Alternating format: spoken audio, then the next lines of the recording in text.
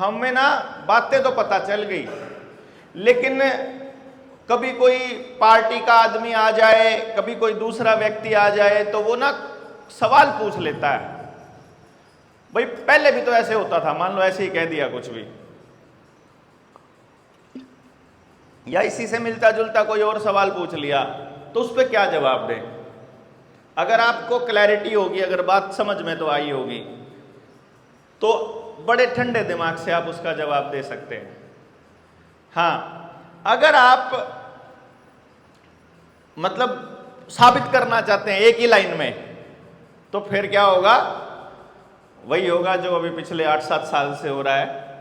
8-10 साल से समाज में क्या हो रहा है? चिंतन और चर्चा तो हो नहीं रही, बहस हो रही है, वो भी बिना मतलब की।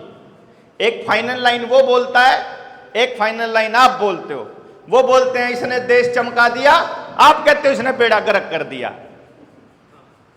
फिर वो कहते हैं कि तुम इस मोतीलाल के विरोधी हो, हमारे वाले कुत्ते के विरोधी हो। आप कहते हो नहीं हमारे वाला कुत्ता ज्यादा बढ़िया है, वो कहता है नहीं हमारे वाला बढ़िया है। एक कहता है अडानी का कुत्ता बढ़िया है, दूसरा कहता है नहीं अंबानी का बढ़िया है। और फिर आप लोग उस बहस में पड़ जाते हो कि हमारे वाला कौन सा है। बात आखिर तक नहीं पहुंच पाती। तो बात समाज में आखिरी लेवल तक पहुंचे, इसके लिए हम लोग यहां चर्चा शुरू कर रहे हैं। और 27वीं ट्रेनिंग आज आप लोगों की है। 27, देखिए 2.5 साल हो गए आप लोगों के बीच में, और 2.5 साल में 27 ट्रेनिंग मुझे लगता है काफ़ी होती हैं, नहीं? 27 कोई आदमी, ये तो 27 तो वो हैं जो 3-3 दिन की हैं, 1-1 दिन की और 2-2 दिन की तो मतलब आप अंदाज़ा लगा ही नहीं सकते। और अगर आपको अंदाज़ा लगाना है तो आपको पता चलेगा कि एक जगह की वीडियो अगर हम एक डालें तो मेरे चैनल पे 1100 के करीब वीडियोस तो मेरे चैनल पे हो गई हैं, जिसमें से 200-400 वीडियोस तो गायब ही हैं। अब आप अंदाज़ा लगाइए कि हम लोग कितनी सभाएं कर चुके होंगे। पर्पस क्या है इतनी सभाओं का? अभी लोकसभा चुनाव चल रहा है, उधर तो लोग चुनावों की तैयारी कर रहे हैं, हम लोग यहाँ पे ट्रेनिंग कर रहे हैं अपनी, है ना? बहुत से लोगों ने, जैसे सुनील ने अभी बोला थोड़ी देर पहले, कि वो बोलते हैं कि कहीं तुम कल के केजरीवाल ना हो जाओ, फिर तो हम आज भी चुनाव लड़ रहे होते, चुनाव की तैयारी कर रहे होते, क्या नहीं? पर हम लोग यहाँ ट्रेनिंग कर रहे हैं। और सिर्फ ये ट्रेनिंग नहीं कर रहे हैं, अभी मैं कोलकाता से आया हूँ, आज सुबह ही पहुँचा। सुबह हम लोग 6-7 बजे के करीब पहुँचे, तो वो 5 दिन की ट्रेनिंग कलकत्ता में भी एजुकेशन की ट्रेनिंग थी। मतलब मोर्चे के पॉइंट से अलग एक एजुकेशन की ट्रेनिंग, जैसे सुनील अपनी खेती की ट्रेनिंग कर रहा है, तो मैं एजुकेशन की ट्रेनिंग कर रहा हूँ, कोई साथी अपना आयुर्वेद की कर रहा है, कोई साथी अपना पॉलिटिक्स की ट्रेनिंग कर रहा है। और पर्पस ये है कि आप लोगों को बोलना आ जाए। अब मैं कुछ नियम जनता सरकार मोर्चा से जुड़ने के आप लोगों को बता देता हूं, ताकि कल को फिर से वही समस्याएं ना आए जो समस्याएं लगभग हर संगठन में आती हैं। सबसे पहली बात, जनता सरकार मोर्चा का अभी ऑफिशियली कोई संगठनात्मक संरचना नहीं है। समझ गए? मतलब ना तो कोई प्रधान है, ना कोई सेक्रेटरी है, ना कोई इसका ट्रेनर फिक्स है। आप में से अगर किसी को बोलना आता है, आप 1-2 जगह बोलकर दिखा दीजिए। अगर हमें लगता है कि आप इन मुद्दों पर अच्छी पकड़ रखते हैं तो आप आगे ट्रेनिंग चालू कर सकते हो, नॉट ए बिग डील। आप अपने वहाँ पर अपना लोगों से बोलना शुरू कर सकते हो, कोई दिक्कत नहीं है। इसमें बड़ी दिक्कत आएगी, कोई भी आदमी जनता सरकार मोर्चा का नाम लेना शुरू कर देगा, फिर तो वो हम लोगों को बदनाम करना शुरू कर देगा। इसलिए हमने एक ही फिर मोटिव रखा कि एक काम करते हैं, जो व्यक्ति ये बात कहते हुए किसी संगठन के पद पर है तो इसका मतलब वो गलत कह रहा है। दूसरा, अगर कोई भी व्यक्ति समाज के हित का काम करना चाहता है या कर रहा है और वो जनता सरकार मोर्चा शब्द का इस्तेमाल करता है तो किसी को कोई आपत्ति नहीं होनी चाहिए, क्यों जी? लेकिन उसके करने से अगर किसी एक भी व्यक्ति का नुकसान होता है तो फिर वो जनता सरकार मोर्चा का आदमी नहीं हो सकता। देखो, बैंक कर्मचारी व्यक्ति नहीं है। कदे आप सोचो कि बैंक वाले की नौकरी चली गई, जनता सरकार मोर्चा वालों ने, वो व्यक्ति नहीं है, वो नौकर है। नौकर की ना जात होती है, नौकर ना आदमी होता है, नौकर कुछ नहीं होता है, नौकर तो सिर्फ नौकर होता है। नौकरों की बात नहीं हो रही है, धंधेबाजों की बात नहीं हो रही है, मैं इंसानों की बात कर रहा हूं जो दूसरे इंसानों के विषय में सोचते हैं उनकी। तो इसलिए आप लोगों को दूसरी चीज स्पष्ट रहनी चाहिए कि जब तक इंक्लूडिंग मैं, मतलब मेरे समेत, कहीं आप ये सोचो कि ये भाषण दे रहा है, ये अलग बैठा है तो ये अलग होगा इस नियम से, जब तक हम समाज के हित में काम कर रहे हैं, हम जनता सरकार मोर्चा है। समाज के हित से काम हट जाए, हम मोर्चा नहीं रहेंगे, बस बात खत्म। तो कोई ऑफिशियल ज्वाइनिंग नहीं। अभी एक साथी बोल रहा था, तुमने फलाने आदमी को मोर्चे से निकाल दिया। मैंने कहा जा, मैं तुझे भी मोर्चे से निकालता हूं। बोला मेरे को कैसे निकालेगा? मैं कहा क्यों नहीं निकालूंगा? मैंने वो निकाल दिया, तेरे को भी निकाल दूंगा। बोला मेरे को तुमने थोड़ी ज्वाइन कराया था। तो मैं कहा किसने ज्वाइन कराया था? मैं अपने आप हुआ था। तो अपने आप हुआ था तो अपने आप निकलूंगा। तो फिर वो भी अपने आप हुआ था। यहां कोई किसी को ज्वाइन नहीं करा रहा भाई। यहां आप लोग अपने आप ज्वाइन हो रहे हो, अपने आप निकलोगे। काम करोगे आप मोर्चे में हो, नहीं करोगे नहीं हो, बात खत्म। सिंपल है? दिखते रहोगे, मोर्चे का चेहरा दिखता रहेगा, नहीं दिखोगे नहीं होगा। बात इसमें इतना फालतू दिमाग पे बोझ लेने की जरूरत नहीं है। यहाँ कोई निकालता नहीं है किसी को, ना कोई यहाँ ज्वाइन कराता है। 27 ट्रेनिंग की खासियत ये रही कि भाई हमारे साथियों में ऐसे लोग जुड़े जहां हमें अपने सामान की रक्षा करने की जरूरत नहीं पड़ी और ना ही किसी का सामान चोरी हुआ आज तक। मतलब हम 3-3 दिन की 27 ट्रेनिंग कर ली, एक हमने 7 दिन की ट्रेनिंग कर ली और ये 5-5 दिन की इस टाइप की भी हमने बहुत सारी ट्रेनिंग्स कर ली। आज तक किसी का कोई थोड़ा सा भी सामान चोरी नहीं हुआ। और दूसरी बड़ी खासियत ये हमको नज़र आई, जिस पे हमको बड़ा गर्व होता है, कि जो माताएं, जो बहनें हमारे साथ जुड़ते हैं, जो महिलाएं हमारे साथ जुड़ती हैं, वो अपने परिवार में जा कर के कहती हैं कि जैसे लोग जनता सरकार मोर्चे में हैं, ऐसे लोग हमने किसी भी संगठन में नहीं देखे।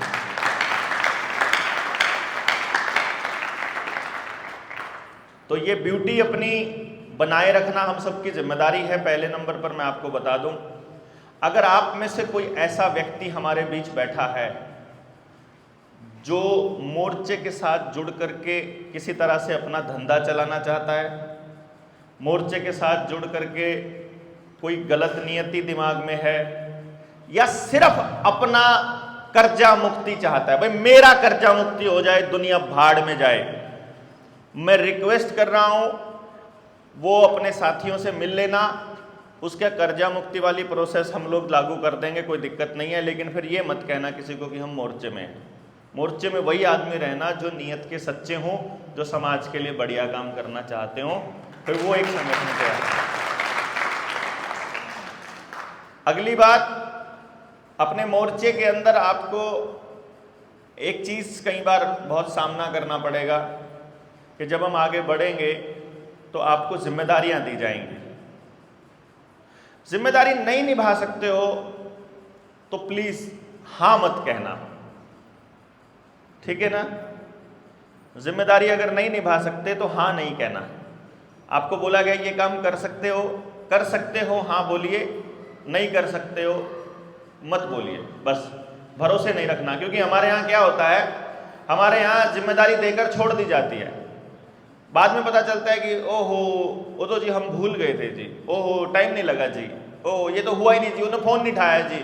अरे भाई, तो फिर ये तुम्हारी जिम्मेदारी थी हम लोगों को वापस बताना, क्योंकि इतने सारे काम पेंडिंग रहते हैं। अभी लोगों का फ़ोन आएगा, आपको मैसेज किया था, आपने रिप्लाई तो किया नहीं।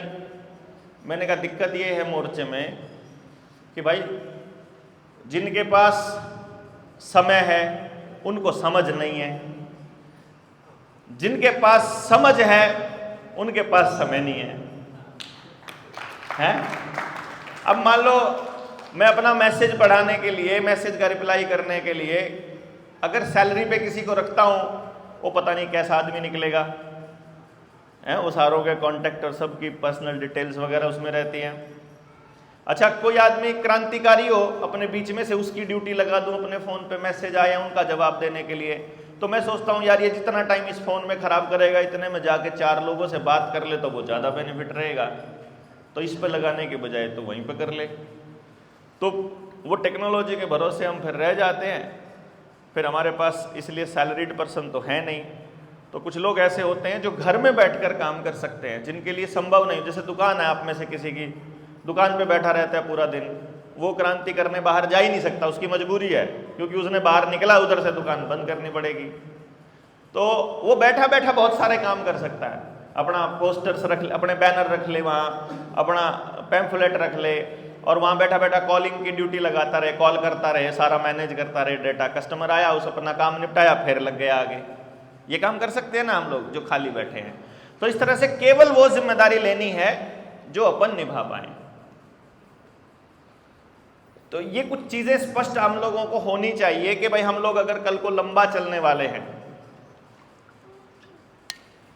तो हम कैसे लोग हैं और कैसे लोगों के साथ हम लोग जुड़ रहे हैं। कोशिश हमारी ये रहेगी कि हम मोर्चे का स्ट्रक्चर यही रखें जब तक कि बहुत ज़्यादा ज़रूरत नीड ना पड़े तब तक, क्योंकि हमने एक मॉडल देखा इस 2.5 साल के अंदर अपना करके। वो मॉडल ये देखा कि अगर किसी बच्चे को, किसी व्यक्ति को, हमारे टीम में से किसी मेंबर को कुछ करना है, वो बोलता है कि डॉक्टर साहब ऐसे करना चाहिए, तो मेरा अगला जवाब होता है कि आप कर लो, आपको कौन रोक रहा है। मान लो आपको कोई आइडिया आया कि डॉक्टर साहब ये चीज़ों की ना आपको अलग अलग भाषाओं में, अभी हम बंगाल गए तो एक साथी ने कहा कि हम इन वीडियोस को बांग्ला में ट्रांसलेट कर दें जो आपने बोली हैं उनको।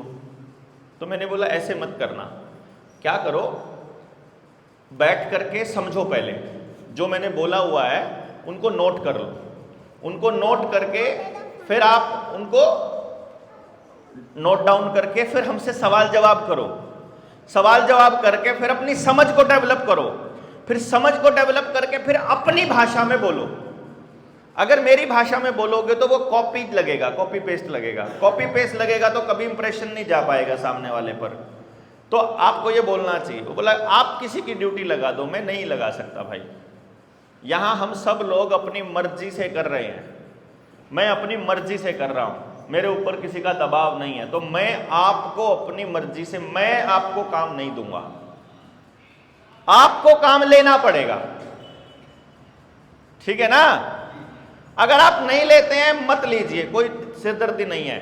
हमको अपनी टीम में इनिशियली, शुरू में वो लोग चाहिए जिनको कहना ना पड़े, जो अपने आप से, जिनको पता हो कि भाई मुझे इतना समझ आ गया, मैं इतना कर लेता हूं, मेरे को इतना समझ आ गया, मैं ये कर लेता हूं। सब कुछ हम सब नहीं कर सकते। समस्या के एक छोटे चीज को मैं डील कर सकता हूं, दूसरे वाला आप कर सकते हैं, तीसरा आप, तीसरा चौथा आप। जो लोग, जैसे अब ये मान लो ट्रेनिंग हुई है, इस ट्रेनिंग का जो मैनेजमेंट जिन लोगों ने किया है, वो भी अगर मान लो वो साथी करने लग जाएं, जो साथी ट्रेनिंग का मॉड्यूल तैयार कर रहे हैं या ट्रेनिंग कर रहे हैं, तो क्या वो कर पाएंगे? कंफ्यूज पड़े रहेंगे। या जो कॉलिंग का जवाब दे रहे हैं, या जो मैसेजेस का जवाब दे रहे हैं, या जो आईटी टीम के साथ कनेक्टेड, अगर वही करने लग जाए, सारा काम वही करने लगे, तो होच पोच हो जाएगा। तो काम आसानी से चले, इसके लिए हम सबको अपनी अपनी जिम्मेदारी जो भी जितना निभा सकता है वो लेनी पड़ेगी। तो ये अगले स्टेप पे आप लोगों को करना है। फिर एक बड़ा चैलेंज आज के समय में अपने साथ है, जैसे थोड़ी देर पहले अपने साथियों ने बताया कि मोर्चे का नाम आज मेरे ख्याल से ही कोई गांव, कोई गली बची होगी जहां तक नहीं गया। क्यों जी, आपको लगता है? जनता सरकार मोर्चा का जिक्र, मतलब अगर जनता सरकार मोर्चा का जिक्र नहीं होता है तो हमारे साथियों में किसी ना किसी का नाम जरूर जिक्र होता है, और मान लो जिक्र नाम का नहीं होता तो काम का जरूर होता है कि यार एक संगठन ऐसा है, एक लोग ऐसे हैं, वो इस काम पे लगे हुए हैं, है ना। इसका मतलब काम भी हमारा पहुंचा हुआ है, नाम भी हमारा पहुंचा हुआ है, मोर्चा भी हमारा पहुंचा हुआ है। अब ये पहुंच गया हमारे गली गली तक। अब इसका फायदा उठाने के लिए लोग आएंगे, तो अभी दुकानें खुलेंगी जनता सरकार मोर्चा के नाम पर। एक बंदे ने संगठन बनाया, मेरे को मैसेज किया, हम ये संगठन बना रहे हैं, मगर क्या नाम है, जागरूक समाज मंच। मगर ये इसका मतलब बोला JSM। अब जनता सरकार मोर्चा भी JSM, जागरूक समाज मंच भी JSM, तो #JSM ढूंढोगे तो वो भी मिलेगा, है? क्यों जी? अब ऐसे ऐसे करके कुछ भी नाम दे देंगे और जनता सरकार मोर्चा के लिए चालू हो जाएगा समस्या कि कौन लोग असली हैं, कौन लोग नकली हैं। भाई जब देवेंद्र नहीं बोला है कि हमारा कोई संगठन नहीं है, कोई प्रधान नहीं है और हम कोई ज्वाइन नहीं कराते, हम कोई निकालते नहीं, तो फिर हमारे संगठन में भी हमारे को नाम देने में क्या दिक्कत है फिर किसी को? तो इसका मतलब क्या होगा, ये क्यों रखा हमने पता है? हम इसको रोक सकते हैं कि नकली लोग समाज में ना आए, हम इसे रोक सकते हैं, लेकिन हम इसे रोकना नहीं चाहते। हम क्या चाहते हैं कि समाज के लोगों में ये बात जाए कि अगर जनता सरकार मोर्चा में कोई खराब आदमी है तो उसको कोई भी सपोर्ट ना करे, और दूसरे मंचों पर अगर कोई अच्छा आदमी है तो उसको सपोर्ट करने में हमको भी दिक्कत नहीं है, तो आपको भी दिक्कत नहीं होनी चाहिए। अच्छे लोगों को सपोर्ट करना ही चाहिए, चाहे वो कहीं भी हो। तो काम बोलना चाहिए, ना कि नाम। मतलब काम को सपोर्ट करना है अपन ने कि भैया ये काम करना चाहिए कि नहीं करना चाहिए। मोर्चे में कोई भी काम इसलिए नहीं कहना है कि मैंने कह दिया या इसने कह दिया या इसने कह दिया, और कोई काम इसलिए नहीं करना कि उसने कह दिया तो मैं नहीं करूंगा ना। काम को देखो ये करना चाहिए कि नहीं करना चाहिए, ये काम से समाज का फायदा होगा कि नुकसान होगा। फायदा होगा तो उसे करना चाहिए, क्योंकि यदि समाज का फायदा होगा तो हमारा भी पक्का होगा ही होगा, और अगर समाज का नुकसान होगा तो नुकसान हमारा भी पक्का होगा। इसलिए सिर्फ ये देखो इस काम में समाज का लाभ है या नुकसान है। नुकसान है तो मत कीजिए, अच्छा है तो कीजिए, बात खत्म। आपको फिर ये जानने की जरूरत नहीं पड़ेगी कि कौन नकली है कौन असली है। अगले का काम देखो, अगर वो ठीक कर रहा है। ज्यादा से ज्यादा कोई आदमी आपको 2 बार बेवकूफ बना सकता है, क्यों जी? एक बार तो बेवकूफ बनने के लिए हम सब लोग पहले ही तैयार रहते हैं, उसमें तो हम भी मतलब तैयार कि एक बार देख लेते हैं यार अगला आदमी क्या पता सच कह रहा हो, तो हम पहली बार तो हम खुद ही बेवकूफ बन जाते हैं। वही आदमी दूसरी बार बेवकूफ बनाए तो हम ये सोचते हैं चलो हर व्यक्ति को सेकंड चांस मिलना चाहिए, एक बार दूसरा मौका मिलना चाहिए कि एक बार उसने चीट किया, दूसरा मौका देकर देख लेते हैं। तीसरी बार भी अगर वो चीटिंग कर दे फिर उसको जूते लगने चाहिए, है ना?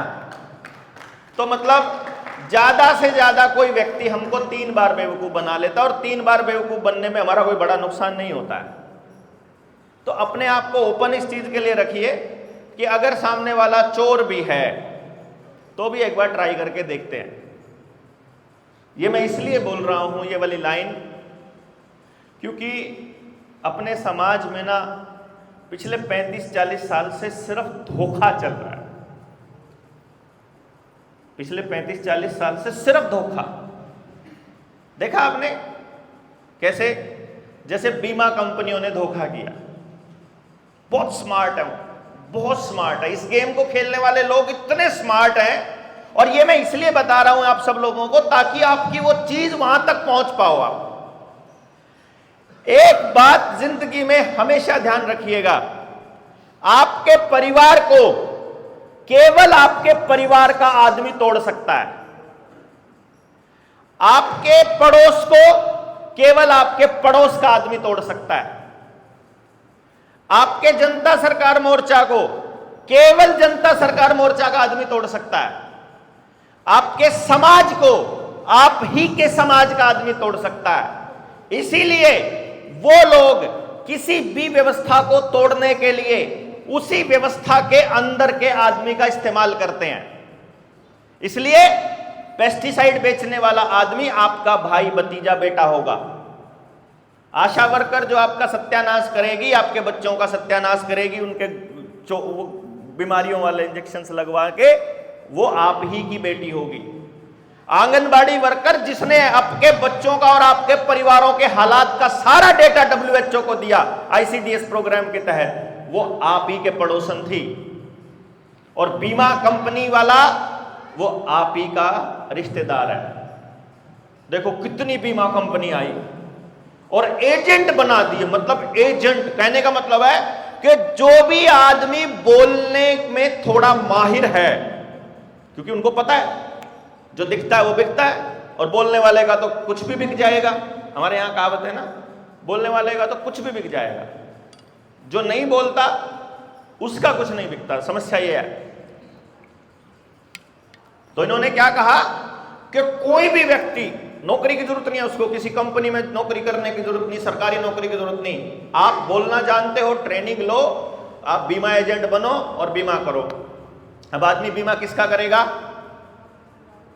अपने जानकारों का, दोस्तों का, रिश्तेदारों का, रिश्तेदारों के रिश्तेदारों का। उन्हीं को बोलेगा तुम बताओ किसी और का रेफरेंस, तो वो बताएगा मेरे इन 3 लोगों का और कर दो। अब हम लोगों को तो फायदा बता रहे हैं मरने का, कि तुम मर गए तो तुम्हारा ये फायदा होगा तुम्हारे परिवार को, और हमने मान लिया। देखो गेम प्लान, हमने मान लिया और हमने अपने बीमे कराए सबने। मतलब मैंने भी कराए उन दिनों में, मुझे भी लगा, क्योंकि मुझे क्या उस टाइम पर मुझे इन चीजों की समझ नहीं थी, और जिसको भी नहीं थी वही उनके जाल में फंस गया। मुझे उन्होंने बताया कि तुम अभी अपनी कमाई का एक हिस्सा दे दो, थोड़ा थोड़ा करके, उतने हिस्से में तुम्हारा बच्चा जब बड़ा होगा या जब कभी होगा तो तुम्हारा इतना पैसा हो जाएगा, उसकी पढ़ाई के लिए जो मोटा पैसा चाहिएगा वो यहां से मिल जाएगा। तुम अगर नहीं रहे दुनिया में तो तुम्हारे बच्चे को एक मुश्त इस तरह का इतना पैसा मिल जाएगा। हमें लगा ये कर लेना चाहिए। कितना पैसा मिल जाएगा भाई, चलो खर्चा हो जाएगा।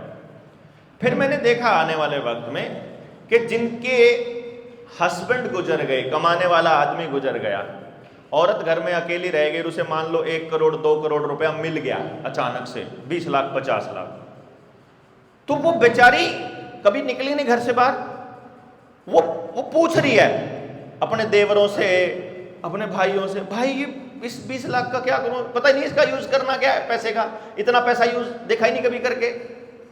वो कहेगा कि भाभी यहाँ लगा देते हैं, यहाँ पैसा लगा देते हैं, इस तरह से लगा देते हैं। उसको लगा कि ये देवर मेरा या फिर ये फलाना ढिमकाना कोई रिश्तेदार ये मेरा भला कर रहा है। पता चलता है कि कल को वो पैसा लेकर के उसके साथ ही भाग गया। हुआ ना ये बड़ा सारा। उससे क्या हुआ? विश्वास टूटा आपस में एक दूसरे का। इससे जो उस परिवार का हुआ वो तो हुआ, लेकिन समाज में भरोसा टूटा आपस में एक दूसरे से। तो मुझे भी ऐसा लगता था कि कोई किसी की मदद नहीं करता है, और मैं अपने बच्चे के लिए ये बीमे करवा लेता हूं। अब मैं मोर्चे में जुड़ा। मैंने मोर्चे में जुड़कर पहले दिन प्लानिंग किया, हम साथियों ने मिलके हमने कहा भाई एक काम करते हैं, देखो सबसे पहले अपना परिवार सुरक्षित करना जरूरी है। बोले हाँ परिवार तो सुरक्षित करना जरूरी है। मैं कहा परिवार सुरक्षित ऐसे तो नहीं होगा, अब इतनी तो तनख्वाह हमारी है नहीं, इतना पैसा हम लोग कमाते नहीं, अपन सारे नंगड़ ही हैं, है कि नहीं। अब मेरे जैसा आदमी मतलब कमा सकता है वो अलग बात है, पर कमाता तो हुई नहीं। सारा दिन तो इसमें लगे रहेंगे, लेक्चरबाजी में लगे रहेंगे पागलों की तरह, तो घर वालों को कभी कभी रोटी खिलाने की नौबत मतलब लाले पड़ ही जाते हैं अपने को भी। शुरू में तो बड़े पड़े, तो अब कैसे होगा, किस तरह से होगा। सोचा कि काम करने वाले लोगों को तनख्वाह देना शुरू करें, 5, 10, 20 हज़ार जितनी उनकी ज़रूरत है।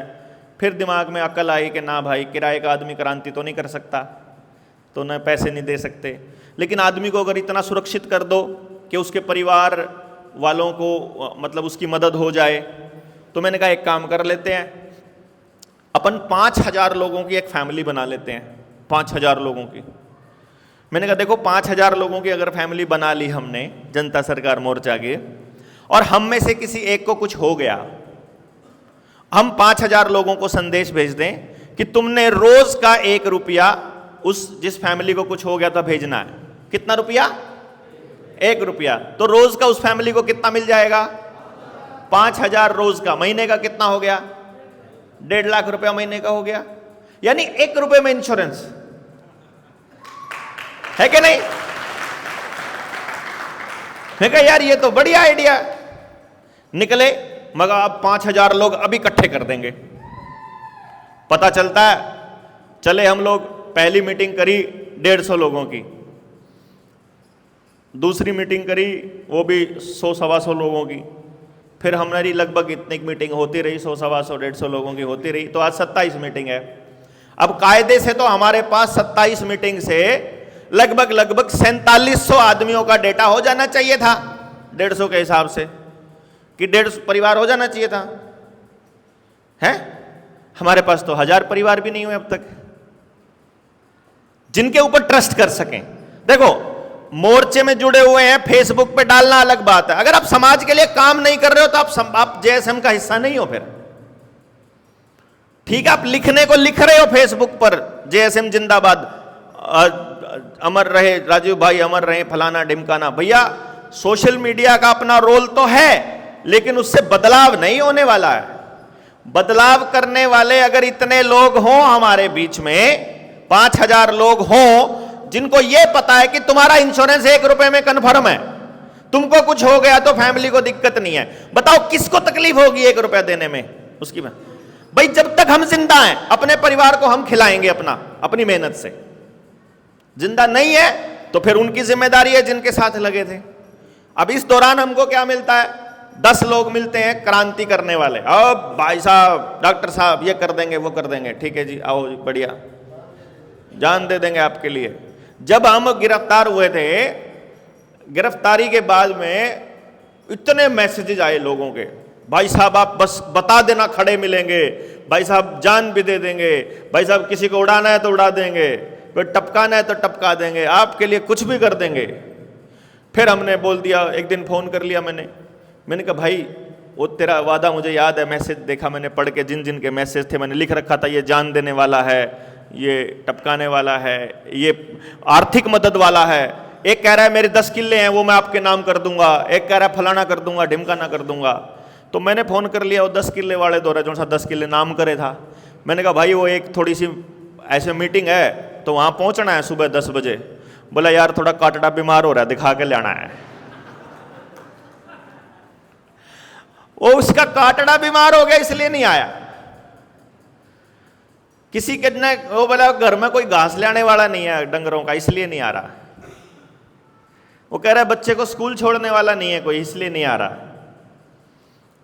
और कोई इसलिए नहीं आ रहा कि उसकी नौकरी है 5-10 हज़ार रुपए की, वो नहीं छोड़ सकता, इसलिए नहीं आ रहा। कोई कह रहा है कि भाई मेरे पास पैसे नहीं है, मेरे खाते में पैसे डलवा दे, पहले मेरी गाड़ी में तेल डलवाने के 3,000 रुपये डलवा दे, फिर आऊँगा, मेरे पास तो अपने पास से पैसे ला। भाई चलो भाई, मैं तुम्हारे पे भी नहीं भाई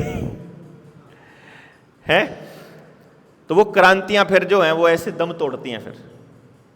लेकिन हमने सोचा कि यदि 150 लोगों की टीम में से हमको 50 लोग मिले, अगले 150 वाले में से हमको 10 मिले, अगले वाले में से 5 मिले, अगर इसमें से हमको 2 मिलते हैं, हम पास मानते हैं अपने आप को, पास, भाई पास हो गए। 2 आदमी तो टोए हमने कम से कम, जो सॉलिड हैं, जिनके लिए जान दी जा सकती है, जो ना नफरत का एजेंडा चलाते हैं, ना समाज के किसी भी हिस्से से नफरत करते हैं, जो केवल मानवता के लिए जिंदा रहना चाहते हैं, जो अपने बच्चों से पहले दूसरे के बच्चों का ख्याल रख सकते हैं, जो समाज की इन बुराइयों को उस नज़र से देखने की अकल रखते हैं, हिम्मत भी रखते हैं किसी के सामने बोलने की, और वो लोग जो अपने भाईचारे को बचाना चाहते हैं। अगर ऐसा हमको एक मीटिंग से एक आदमी भी मिलता है तो आजकल हम लोग अपने आप को पास मानते होते हैं। तो हमने कहा फिर ठीक है, एक काम करते हैं, अगर 5,000 लोगों के लिए 5,000 ट्रेनिंग्स करनी पड़ेंगी तो हम रुकने वाले नहीं हैं, चाहे जितना मर्जी करना पड़े।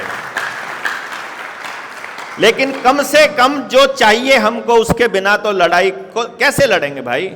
ये सरकारें आपको ऐसे छोड़ने वाली नहीं है। देखो, बुला लिए सुबह, हमको धरना प्रदर्शन करना है। आपने आज तक के धरनों का प्रदर्शनों का हाल देखा है ना?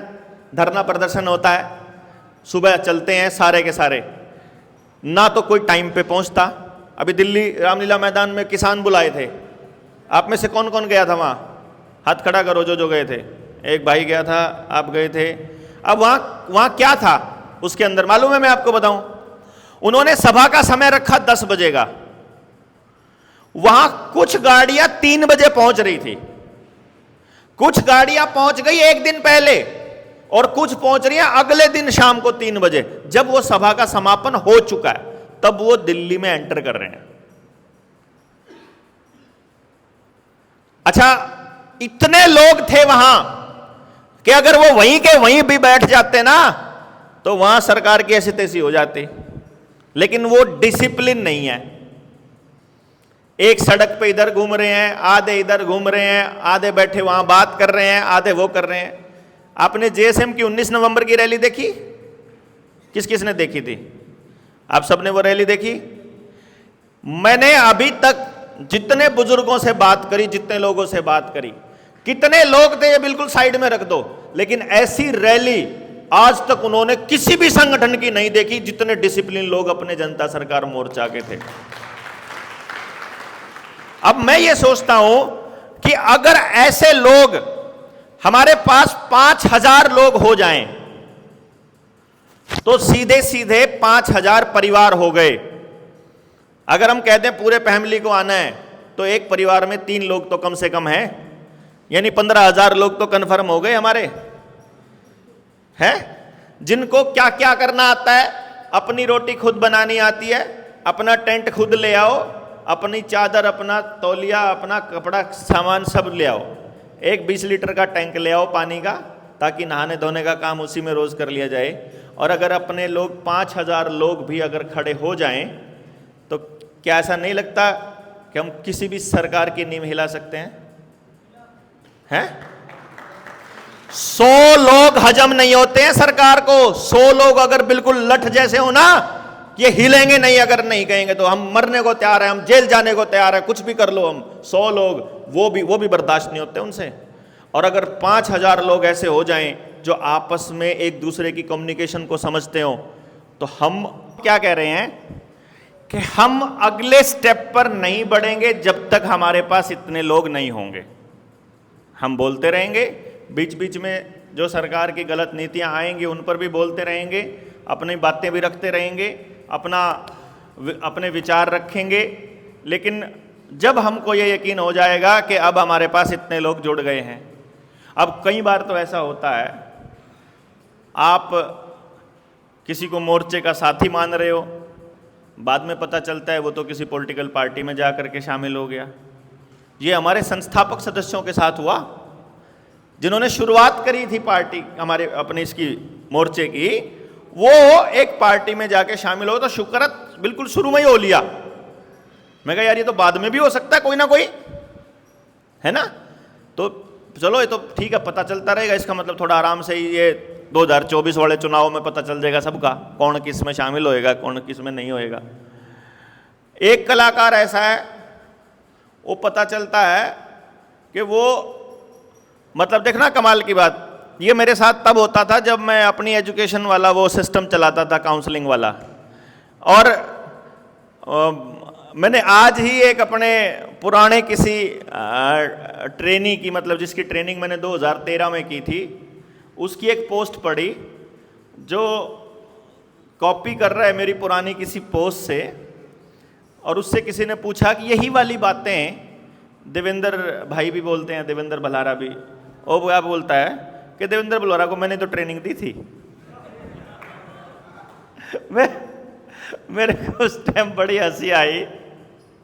तो हमारे मोर्चे में कुछ लोग कर्ज मुक्ति पे हम लोगों का मुद्दा उठाया हुआ, उन्होंने अपनी मुक्ति करवाई और फिर वो जा करके अपना धंधा चालू कर दिया। आपको पता है अभी भी इस वक्त भी 2 टीमें ऐसी हैं पूरे इंडिया में जो काम, 2 टीमें तो इधर काम कर रही हैं, वो अभी आनंद आया हुआ था, उधर महाराष्ट्र में भी 3-4 काम कर रही हैं, ऐसे ग्रुप काम कर रहे हैं जो लोगों से पैसा आटने का काम कर रहे हैं कर्ज मुक्ति के नाम पर।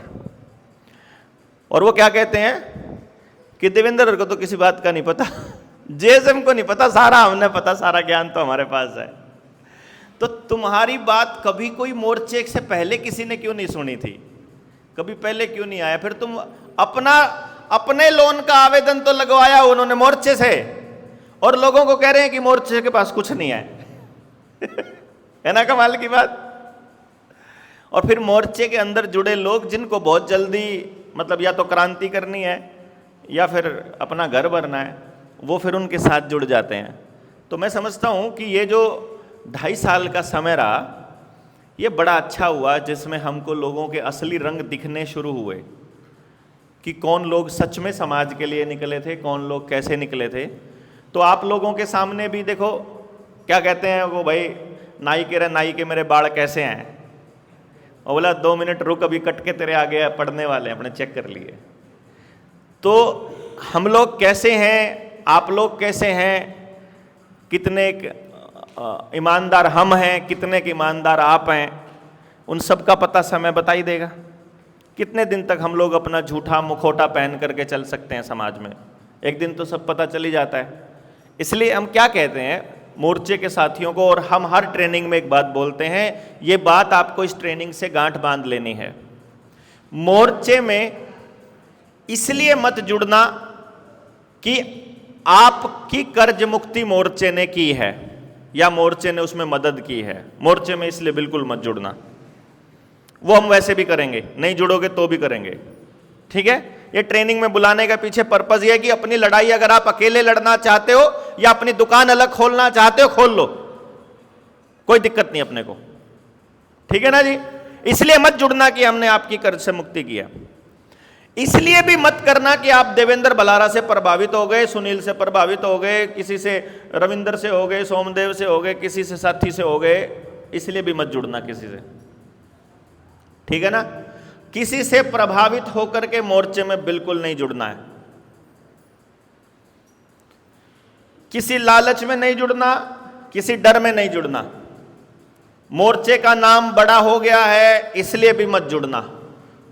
अगर मोर्चे से जुड़े तो केवल इसलिए जुड़ना कि मोर्चा जो कर रहा है वो आप भी करना चाहते हो।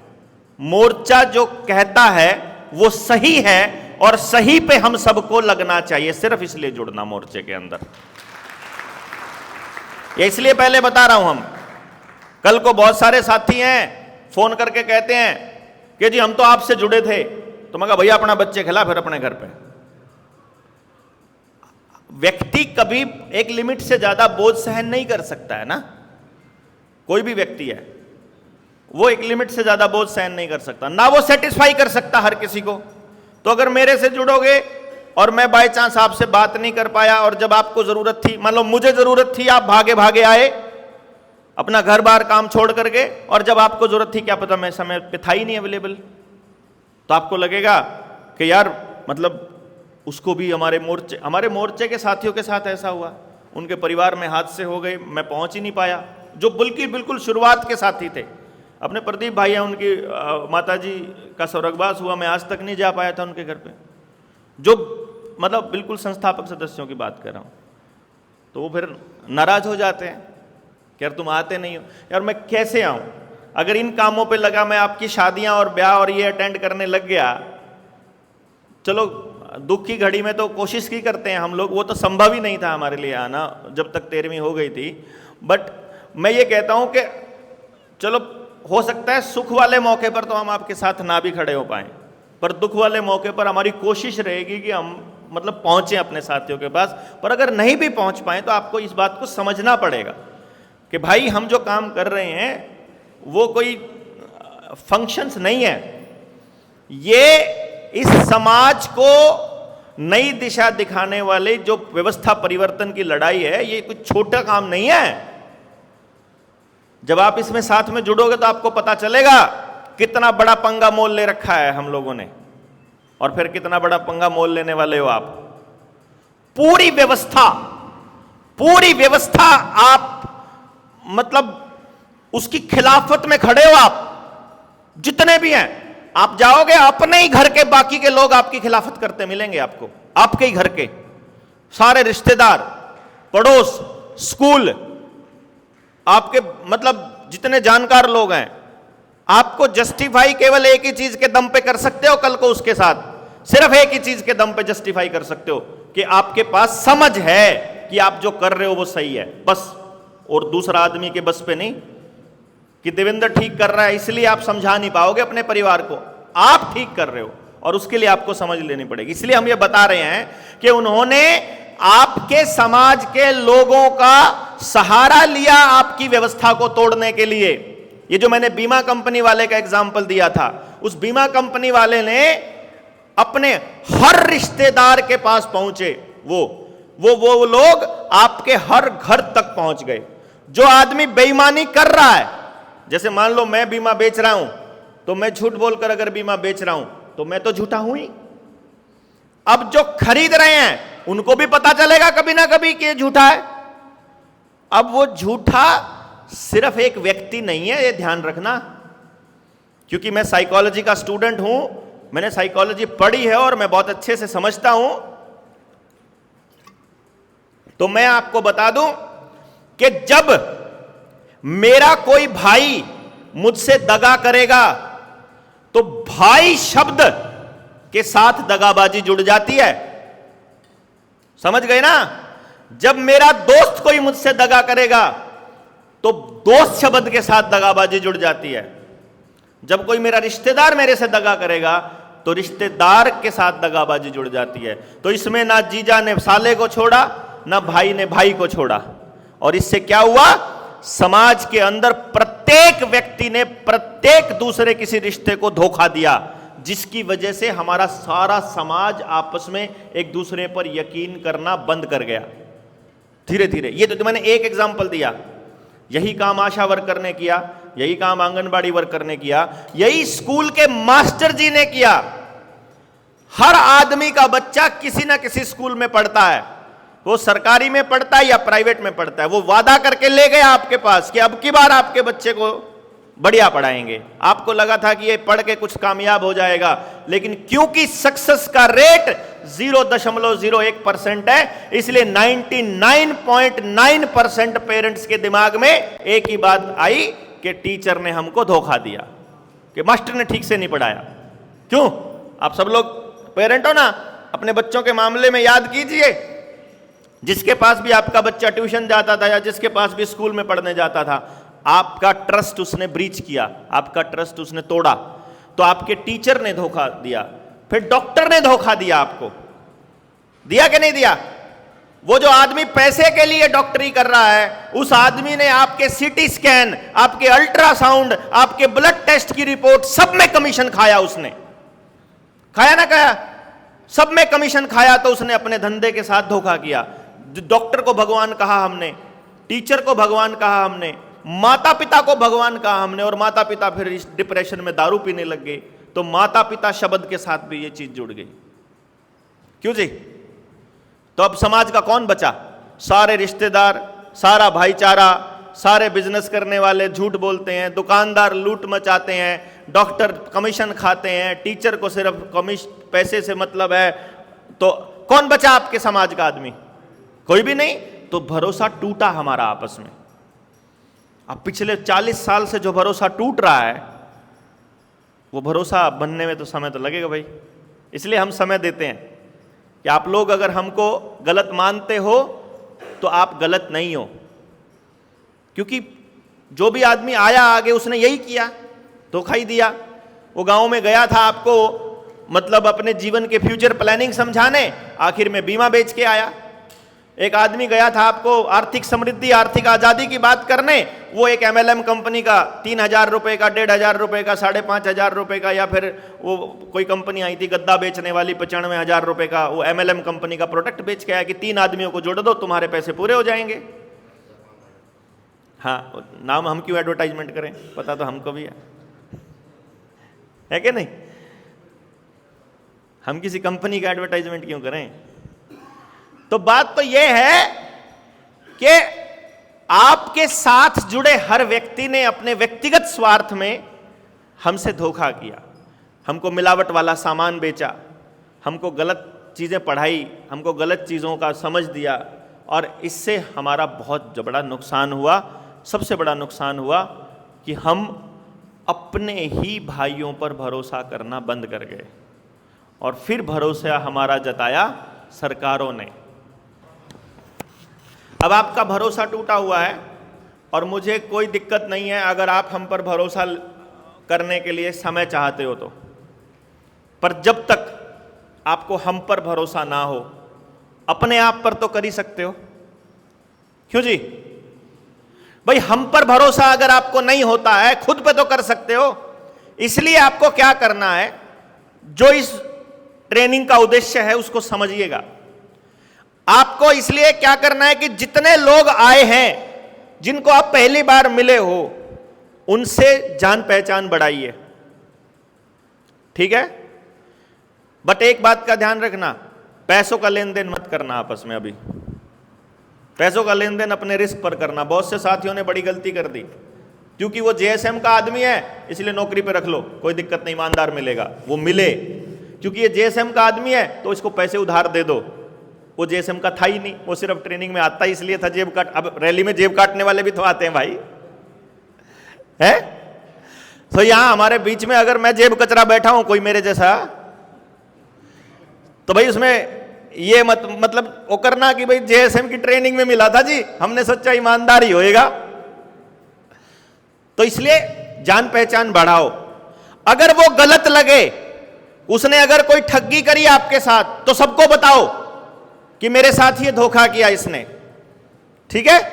और नहीं तो अगर वो किसी को पहचानना है, किसी को जानना है, उसके साथ काम करके देखो 2-4 दिन, उसके साथ कोई पार्टनरशिप करके देखो, थोड़े रिस्क में करके देख लो, उसके साथ कभी ट्रैवल करके देखो लंबा, उसके साथ कभी कहीं रुकने का मौका मिले तो वो देखो। तब पता चलता है आदमी का कि ये कितना भरोसे लायक, वो फ्रीक्वेंसी मैच करती है। फिर ये ध्यान रखना, वो सड़क पे चलती हुई किसी लड़की को जिस नजर से देखता है, ये ध्यान रखना वो आपकी बेटी को भी उसी नजर से देखता है। इसलिए गौर करना इस बात के ऊपर, ये गौर करना कि कोई आदमी अगर किसी और की लड़की की, किसी और की औरत की तरफ गलत नजर से देखे तो वो आदमी को घर में घुसने मत देना। वो आदमी लायक नहीं है भरोसे के। और जो आदमी हर किसी की बहू बेटी को अपनी बहू बेटी मानता है, उसको कोई दिक्कत नहीं है। और मोर्चे में हमको ऐसे सैकड़ों साथी मिले जहां हम अपनी बेटी को, अपनी पत्नी को, अपनी बहन को हम उनके भरोसे छोड़कर जा सकते हैं। और मैं समझता हूं सबसे बड़ी कमाई हमारी जनता सरकार मोर्चा की यही है कि ऐसे लोग मिले। अगर कोई किसी के साथ भी धोखा कर सकता है, मैं आपको फिर से बात बता रहा हूं, नियम है ये, अगर कोई आदमी एक बार झूठ बोल सकता है तो वो हर बार झूठ बोलेगा। अगर कोई आदमी एक बार धोखा दे सकता है तो वो बार बार दे सकता है। अगर कोई आदमी किसी भी एक औरत के बारे में गलत सोच सकता है तो वो आपकी औरत के बारे में भी सोचेगा। और अगर कोई नहीं सोचता है तो वो किसी के बारे में नहीं सोचेगा। इसलिए ये अपने परखना, अपने साथियों को, कोई ऐसा नजर आए तो सबको बताना कि ये आदमी ऐसा है, ताकि उससे हम सब लोग बचें। और अगर अदरवाइज जो सच्चे लोग आपस में एक दूसरे से मिलकर के अपनी ताकत को बढ़ाएं, ये पर्पस है जनता सरकार मोर्चा का, कि भाई आप सब लोग अच्छे अच्छे लोगों को ढूंढे समाज में से। क्योंकि अच्छे लोगों की समस्या क्या है आज के टाइम पर, कि वो चुप हो गए हैं, उनको डर लगता है, बोलने से डरते हैं, शर्म आती है, क्योंकि बेइज्जती करता है हर कोई। अगर आप अच्छे और सच्चे हो, मोर्चा एक ऐसी जगह है आपके लिए जहां आप सरवाइव कर सकते हो, जहां आपको ये नहीं देखा जाएगा आप कौन सी जात के हो, ये नहीं देखा जाएगा आप किस भगवान को मानते हो, ये नहीं देखा जाएगा आप कहाँ के रहने वाले हो, अमीर हो, गरीब हो, कोई दिक्कत नहीं है। यहां सिर्फ एक ही चीज देखी जाएगी, आप कितने सच्चे हो, बस आपका मानवता के प्रति क्या है। अगर आप एक जात को भी गलत मानते हो, किसी भी जात को, अगर आप किसी एक धर्म को गलत मानते हो, अगर आप किसी एक कौम को गलत मानते हो, तो फिर आप मेरे लिए नहीं हो सही। भाई मेरी कौम में गलत आदमी हो सकता है ना, मेरे परिवार में भी गलत आदमी हो सकता है, तो उससे मैं गलत कैसे हो गया? अगर मेरे परिवार में कोई गलत आदमी हो गया तो मैं कैसे गलत हो गया? इसलिए हर कौम में अच्छे लोग मिलेंगे, हर कौम में खराब लोग मिलेंगे। हमको देखना है कि जो गलत है वो गलत है, ना उसका परिवार गलत है, ना उसके पुरखे गलत हैं, ना उसका। अब मेरे दादाजी ने आपके दादाजी को कभी एक लठ मार दिया था बाई चांस, तो क्या मेरे को 2 मारोगे अभी? कि एक उस टाइम का और एक ब्याज का? ऐसे थोड़ी होगा यार। जिसने गलती करी है केवल उसको सजा मिले, केवल उसको, उसके बच्चे को भी नहीं मिलनी चाहिए, क्योंकि उसका बच्चा अलग आइडेंटिटी है, उसकी वजह से उसको और झेलना पड़ रहा है, पहले ही बहुत कुछ झेलना पड़ रहा है अगर वो आदमी सही नहीं है तो बिंदु ये है कि मोर्चे का उद्देश्य ये है कि ऐसे लोगों तक खबर पहुंचाई जाए कि भाई ऐसे लोग अभी हमारे बीच में हैं, आप आइए, आप जुड़िए, और कल को जब चीजें बिगड़ेंगी, हालात बहुत बिगड़ने वाले हैं, हम पहले से इसलिए बता रहे हैं क्योंकि हमारे पुरखे कहा करते थे कि बारिश आने से पहले इंतजाम कर लेना चमासे का, अगर करना है तो, अगर अपनी छत पक्की करनी है, अगर घर में कोई पॉलीथीन लाना है, कुछ और करना है, तो पहले से कर लेना, बाद में कुछ नहीं होगा। तो जब मारकाट मचेगी, जब हालात गंभीर होंगे, तब कुछ नहीं कर पाएंगे, तब अब सब अफरा तफरी का माहौल होगा। लेकिन अगर आप मोर्चे में जुड़े हुए हैं तो आपको पहले ही खबर होगी कि ये होने वाला है, इससे बचने के लिए ये हमको बचाएंगे, अगर कोई अटैक होगा तो उससे ये चीज़ बचाएगी, अगर भूखमरी होगी तो ये चीज़ बचाएगी, पेट्रोल डीजल नहीं होगा तो ये चीज़ बचाएगी, बिजली बंद हो जाएगी तो ये चीज़ बचाएगी। अभी पता लगा ना, अमेरिका में 1 दिन का ब्लैकआउट हुआ अभी इंटरनेट का, पता चला आप लोगों को? किसको पता चला? 1 2 3 4 लोगों को मालूम है। अभी ब्लैकआउट करके चेक किया उन्होंने चेक किया है कि अभी 1 दिन के लिए अगर इंटरनेट बंद हो जाए तो कौन सी सेवाओं पे लोगों को कंट्रोल किया जा सकता है। सोचो आप, एक बार बस आंख बंद करके सिर्फ ये सोचो कि मेरे घर में सरकार ने जो चीजें दे रखी हैं, अगर वो आज बंद हो जाएं तो सरवाइव कैसे करेंगे? बिजली बंद हो जाए तो अपना गेहूं खुद पीस सकते हो? नहीं। पानी कहां से आएगा? गैस अगर ना हो, गुस्से, लाकड़ी, डंगर है, कुछ जंगल है? कुछ भी नहीं है। अगर सरकार 1 दिन के लिए इंटरनेट, मोबाइल, टावर, पानी, गैस, और पहले इन्होंने किया है, वैक्सीन की दूसरी डोज नहीं लगवाओगे तो राशन नहीं मिलेगा, बस में नहीं चढ़ने देंगे, ट्रेन में नहीं चढ़ने देंगे, दुकान नहीं खोल पाओगे, मंडी में नहीं जा पाओगे, हैं, हाजिरी नहीं लगेगी, पेपर नहीं दे सकते, स्कूल में नहीं जा सकते, पेंशन नहीं मिलेगी, तनख्वाह नहीं मिलेगी, सब पहले किया है उन्होंने। तो अब अगर अगली डोज के लिए आपका ये आधार कार्ड बंद कर दें और जो चीजें आधार के साथ जुड़ी है वो सारी बंद हो जाएं, तो 3 दिन से ज्यादा का बैकअप नहीं है किसी भी शहर के पास।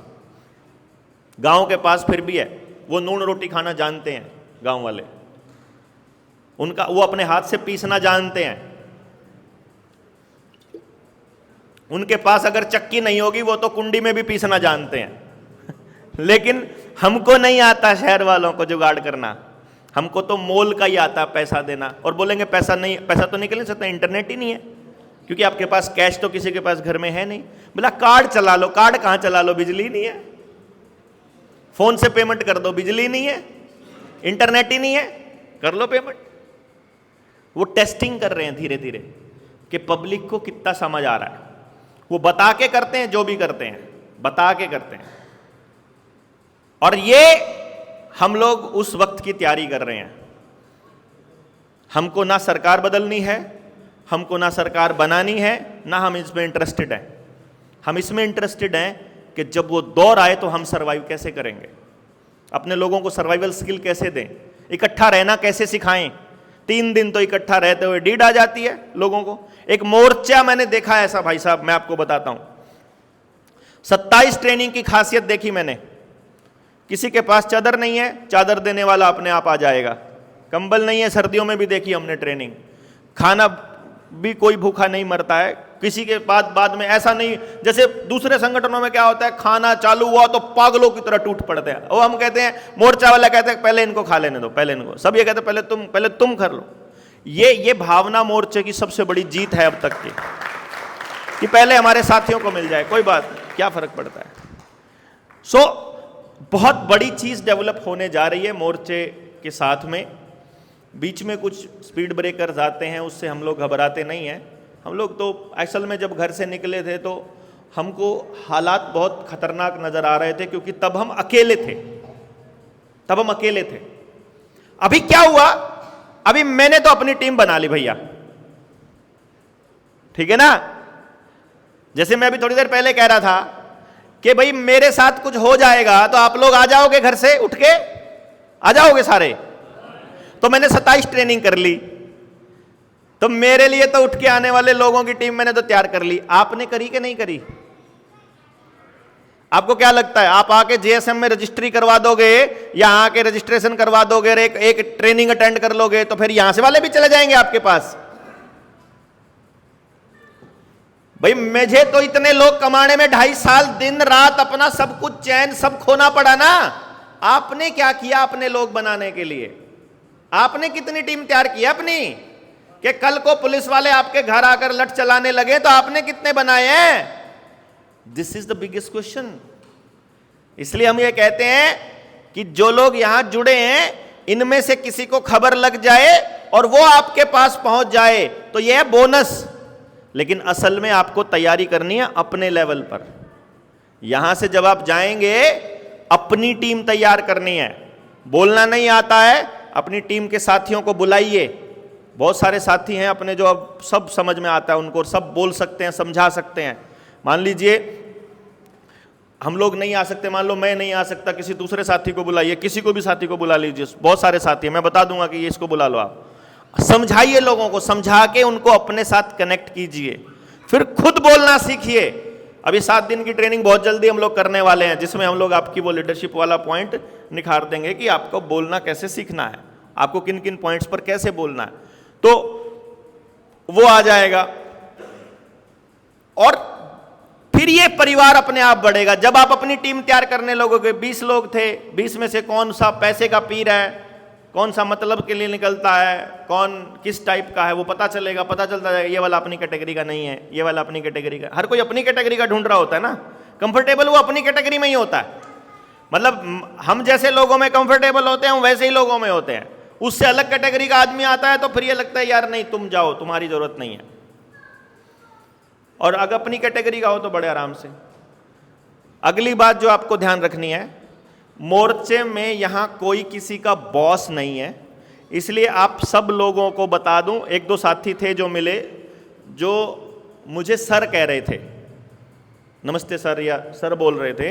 हमारे यहाँ सर संबोधन नहीं होता है, सर या मैडम नहीं होती है, या तो भाई होता है, या चाचा होता है, या बेटा होता है, या भतीजा होता है, या बहन होती है, या भाभी होती है, या ताई होती है, या चाची होती है। हम यहाँ एक परिवार के तौर पर डेवलप कर रहे हैं, तो हम लोग आपस में एक दूसरे का उम्र के हिसाब से जैसा आपको लगे आप अपना संबोधन कर सकते हैं। तो हम लोग तो आपस में भाई शब्द ज़्यादा इजी, उम्र के जो एक जैसे लोग हैं वो कर लेते हैं। तो ये आपने ध्यान रखना है। ठीक है। तीसरा कल्चर ये है कि जब तक हम लोग अपनी गद्दी पे नहीं बैठते हैं, जब तक हम अपने आप को गुरु डिक्लेयर नहीं करते हैं, भाई पैर छूने से बचा करो। एक आधा साथी भागता है, वो पैरों की तरफ हाथ करता है, वो नहीं अच्छा लगता है। अभी उस लेवल पर भाई, जब को पैर छूने का मजा तब है जब पैर छूने के बाद हम आशीर्वाद देने लायक हो जाएं और आशीर्वाद भी फलित होता हो, है कि नहीं? कोई भी आदमी, आप अपने पूर्वज, अपने घर परिवार के लोगों को जिनको आप लगता है कि इन आदमियों से हमें आशीर्वाद लेना है, उनके पैर छुएं जरूर। बल्कि अपने बच्चों को भी समझाएं कि हर कोई पैर छूने लायक नहीं होता है। तो हम अभी पैर छूने लायक नहीं हुए तो किसी ने भी इस तरह का काम नहीं करना है, ये बचना है। ठीक है, ये रिक्वेस्ट है। ठीक है, हम लोग देखो, जो हम एक दूसरे का सम्मान करते हैं वो हमारा सम्मान अपने काम में नजर आएगा। अपना जो भी दिखाना चाहते हो, मोर्चे के प्रति आपकी भावना, समाज के प्रति आपकी भावना, हमारे प्रति आपकी भावना, सिर्फ एक ही चीज में नजर आएगी, काम में। आप समाज का काम कर रहे हो, आप हमारे लिए सम्माननीय हो। आप समाज का काम नहीं कर रहे हो, भैया हमें नहीं मतलब आपसे कुछ भी, हमारा काम नहीं करवाना आपसे, हमने अपना मतलब ही कोई नहीं हल कराना। तो अपने समाज का, अपने लोगों को तैयार करना है। मेरा मतलब यह है कि अगर आप समाज का काम करोगे तो आपकी टीम तैयार होएगी, आप मजबूत होगे। और ये मोर्चे का पर्पस है आपको मजबूत करना, आपने हमको मजबूत नहीं करना है। आप हमसे कनेक्ट हो गए, हम तो मजबूत हो गए। अब अगला स्टेप पे आपको अपने आप को मजबूत करना है। बेसिकली जो जितने संगठन होते हैं वो क्या करते हैं वो अपने संगठन के अंदर जुड़े हुए लोगों की ऊर्जा को चूसते हैं। यहां मोर्चे की खासियत यह है कि यहां सारे लोग एक दूसरे की ऊर्जा का इस्तेमाल अपनी ग्रोथ के लिए कर रहे हैं। तो आप सबको एक दूसरे को साथ में मिलकर ग्रो करना है, ना कि एक दूसरे की ऊर्जा खींचनी नहीं है। यहां पे समझ गए ना? यहां इसलिए यह तय किया हमने कि भैया हम अपना सामान नहीं बेचेंगे कभी, अदरवाइज हम लोग अपना सामान बेच सकते हैं ना। मान लो ऑनलाइन ट्रेडिंग चालू कर दें, अभी अपनी दुकान बढ़िया चलेगी तो ठीक है। तो ये चीज आपको समझना है। तो मोर्चे में कनेक्ट होने के लिए कुछ चीजें समय समय पर आपको पता चलती जाएंगी, लेकिन मूल उद्देश्य ये है कि समाज के अच्छे लोगों को निकाल करके बोलना सिखाना जरूरी है। केवल अच्छे लोग जिनका ज़मीर अभी जिंदा है, जो डर और लालच से परे हैं, जिन्होंने अपने डर और लालच पर विजय पा ली है, केवल वो प्रशासन की आंख में आंख डालकर बात करने लायक हैं। अगर उनको समझ भी दे दी जाए तो उसके बाद आपके पड़ोस में ना कोई पुलिस घुस पाएगी, ना कोई बैंक वाला घुस पाएगा, इसकी गारंटी हम लोग देते हैं।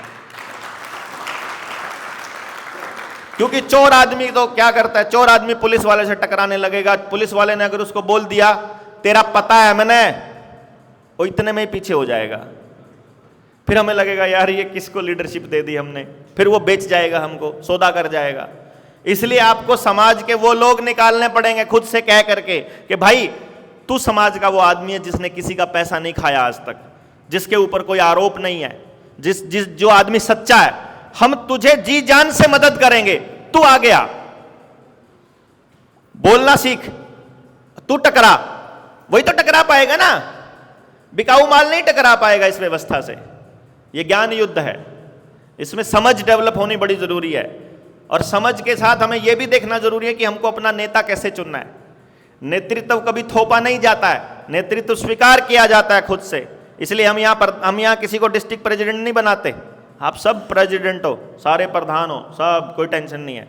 अगर मैं प्रधान तो सब प्रधान, अगर आप मेंबर तो मैं मेंबर, तो सब सारे प्रधान है, सारे मेंबर हैं। सरकार के समझ में ही नहीं आना चाहिए प्रधान कौन है कि नहीं?